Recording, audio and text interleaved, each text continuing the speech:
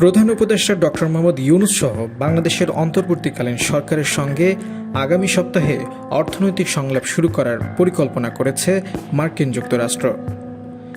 বিশ্বের অন্যতম বৃহৎ পোশাক রপ্তানিকারক বাংলাদেশের অর্থনীতি চাঙ্গা করার কাজে সহায়তার অংশ হিসেবে যুক্তরাষ্ট্র এই সংলাপের পরিকল্পনা হাতে নিয়েছে। মঙ্গলবার ব্রিটেনের প্রভাবশালী সংবাদ মাধ্যম ফিনান্সিয়াল টাইমসের এক প্রতিবেদনে এই তথ্য জানানো হয়েছে। এতে বলা হয়েছে, শিক্ষার্থী জনতার আন্দোলনের মুখে বাংলাদেশে দীর্ঘদিন ধরে ক্ষমতায় থাকা কর্তৃত্ববাদী সরকারের পতন ঘটেছে গত ৫ আগস্ট।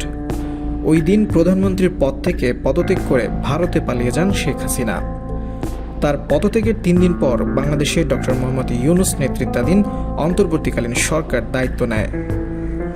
অন্তর্বর্তীকালীন সরকার ক্ষমতায় আসার পর আগামী ১৪ ও ১৫ সেপ্টেম্বর ঢাকায় যুক্তরাষ্ট্র ও বাংলাদেশের মাঝে প্রথমবারের মতো উচ্চ পর্যায়ের অর্থনৈতিক সংলাপ অনুষ্ঠিত হওয়ার কথা রয়েছে।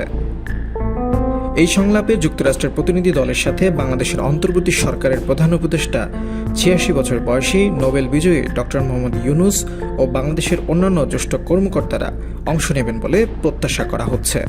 ফিনান্সিয়াল টাইমসের প্রতিবেদনে বলা হয়েছে, মার্কিন প্রতিনিধি দলের যুক্তরাষ্ট্রের অর্থ, পররাষ্ট্র ও বাণিজ্য দপ্তর ও ইউএসএইডের কর্মকর্তাদের অংশ নেওয়ার কথা রয়েছে। সংলাপে বাংলাদেশের আর্থিক ও মুদ্রানীতির পাশাপাশি আর্থিক খাতের বর্তমান পরিস্থিতি নিয়েও আলোচনা হবে।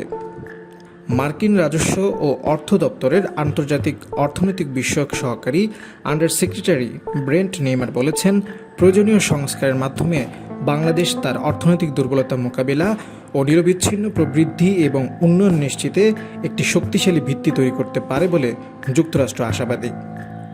তিনি বলেন, আইএমএফ এবং অন্যান্য আন্তর্জাতিক আর্থিক প্রতিষ্ঠানের সাথে বাংলাদেশের নিরবিচ্ছিন্ন সম্পৃক্ততার জন্য মার্কিন সমর্থন বৃদ্ধির পরিকল্পনা করেছে ওয়াশিংটন। কারণ বাংলাদেশ আর্থিক খাতের সংস্কার গভীরতর করে আর্থিক টেকসইমূলক উন্নতি এবং দুর্নীতি হ্রাস করে অর্থনৈতিক প্রবৃদ্ধি জোরদার করতে চায়। করোনাভাইরাস মহামারী আর ইউক্রেন যুদ্ধ ঘিরে বিশ্ববাজারে ব্যাপক বিঘ্ন ঘটে। অর্থনৈতিক এই সংকটে জ্বালানি ও অন্যান্য পণ্যের আমদানি ব্যয় বেড়ে যাওয়ায় আঞ্চলিক উদীয়মান অর্থনীতির দেশ বাংলাদেশ $4.5 মিলিয়ন মার্কিন ডলারের বেল আউটের জন্য ২০২২ সালে আইএমএফের দ্বারস্থ হয়।